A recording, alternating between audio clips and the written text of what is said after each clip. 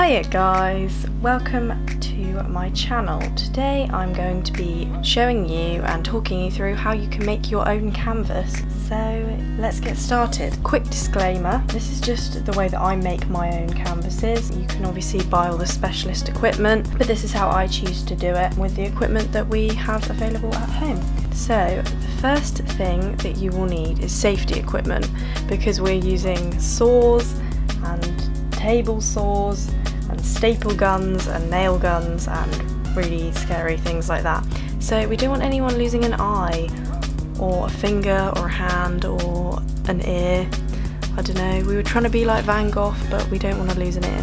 Throughout this video, me and my glamorous assistant, aka my dad, we were wearing glasses, ear defenders and gloves to make sure that we did not injure ourselves, because we are responsible. We have a table saw at home, so that's what we decided to use to make the canvases, but you can use a miter saw or a handheld saw or just any kind of choppy thing. So we got the saw already on a workbench. For this specific way of making it, we used a staple gun, a nail gun, we had a pencil to mark notes on, we had a right angle ruler and wood glue.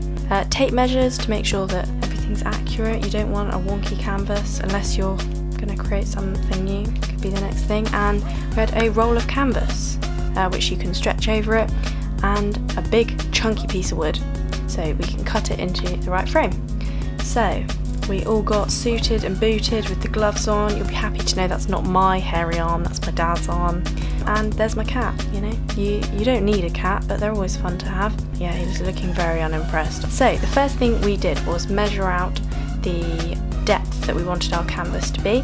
We made blocks, chopped the edge of the wood off so that we got a nice accurate little area to chop the wood in half. That pushy thing, make sure you don't cut your arms off, Dad. There you go.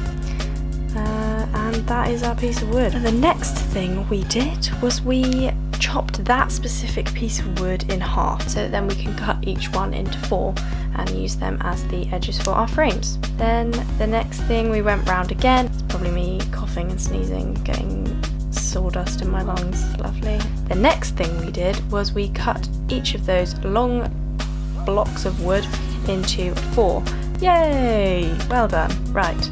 The boss of the production and the manager of the building site, moi, decided that I'd like a 20 centimetre by 20 centimetre canvas. So that is what we are doing here. We're cutting blocks into 20 centimetres each, as my glamorous assistant will now show you how to do. Yep, there you go. Cutting the blocks. Lovely. And we just cut each one of those long blocks into 4, which was 20 centimetres, which worked out very well. And this little fancy gadget is an angle measurer cube block thing, and you stick it on and it measures the angle. So we were setting it at 0 here so that then we can use it on the table saw and make sure that you have a 45-degree angle so that your canvas... Maybe I should do a drawing. Do you want to see a drawing? I'm going to draw for you. Okay. So our frame was going to look a little more accurate, obviously, but like this. So we were cutting the angles just here, so that then it fits together and we can glue it and use a swanky ass nail gun. Right. The next thing we did, we got the wood out and we chopped some snazzy little angles. And we are using a special metal pushy device thing that pushes the wood along so you don't chop your fingers off. So yes, we did that for all 4 blocks on both sides. Here's a little progress shot.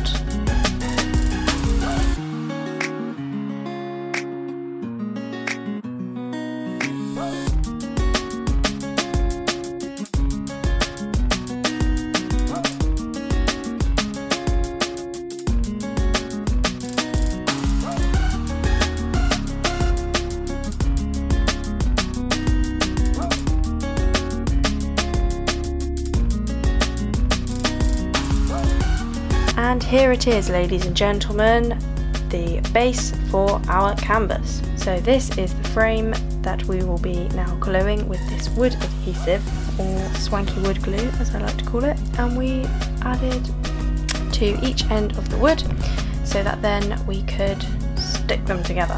Very expertly done, Chloe. Congratulations. Well done. A+. Actually, screw it, A*. And then we realised that we did it wrong. We'd been outside in the hot. I think I was pretty loopy from the heat stroke, and so we had to pull it apart and stick a nail gun, which I let my dad do because he was just so eager to use my nail gun. It scares me shitless if I had to use that. I can just about use chopsticks. This is my dad again with his nail gun and his hairy arms. Oh yeah, we accidentally nailed it to the bottom as well.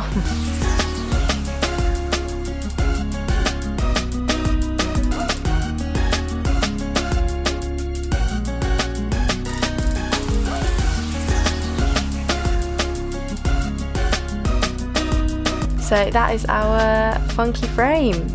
The next thing you want to do is you want to sand it down. A lot of people won't tell you to do this, otherwise the canvas over time will just crack and break over the edge. So you want to get rid of any bits that could push through your fabulous painting.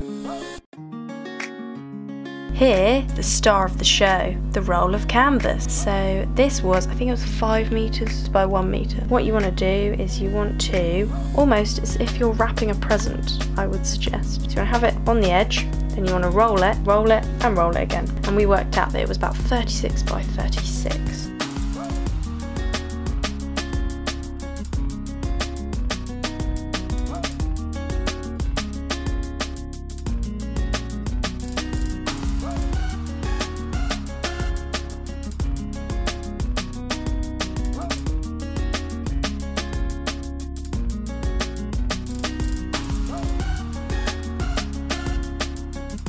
Now is the fun bit, you get to cut out the canvas as if you're making a little present for yourself.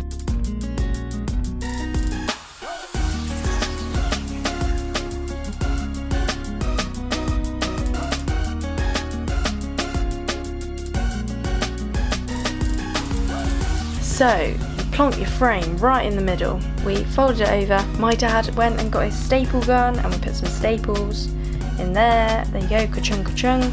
It's very important, listen up, yeah, you who's slightly turned off your brain, you want to use the opposite side, okay? Because I guarantee you'll have to unpick the staples. So there we go, in with the staple gun. So now you want to do some funky origami thing to make the corners.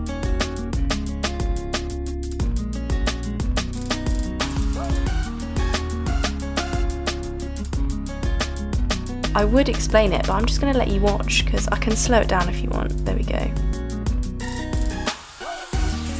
You want to do it at the same time. This is why I'd suggest having someone do it with you so that you can focus on one corner and someone else can on the other one. Unless you're really brainy and your mind can do 2 things at once. Mine can't, so I needed someone to help me.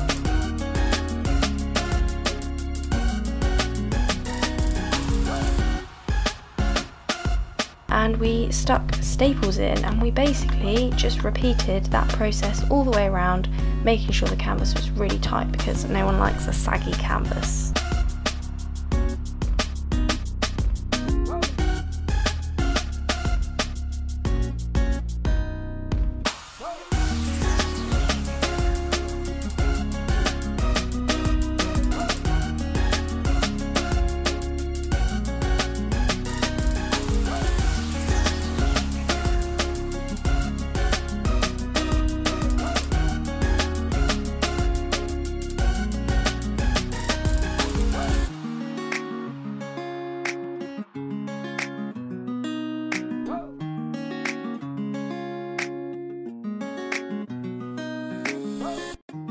And there we have it, ladies and gentlemen, our funky little canvas.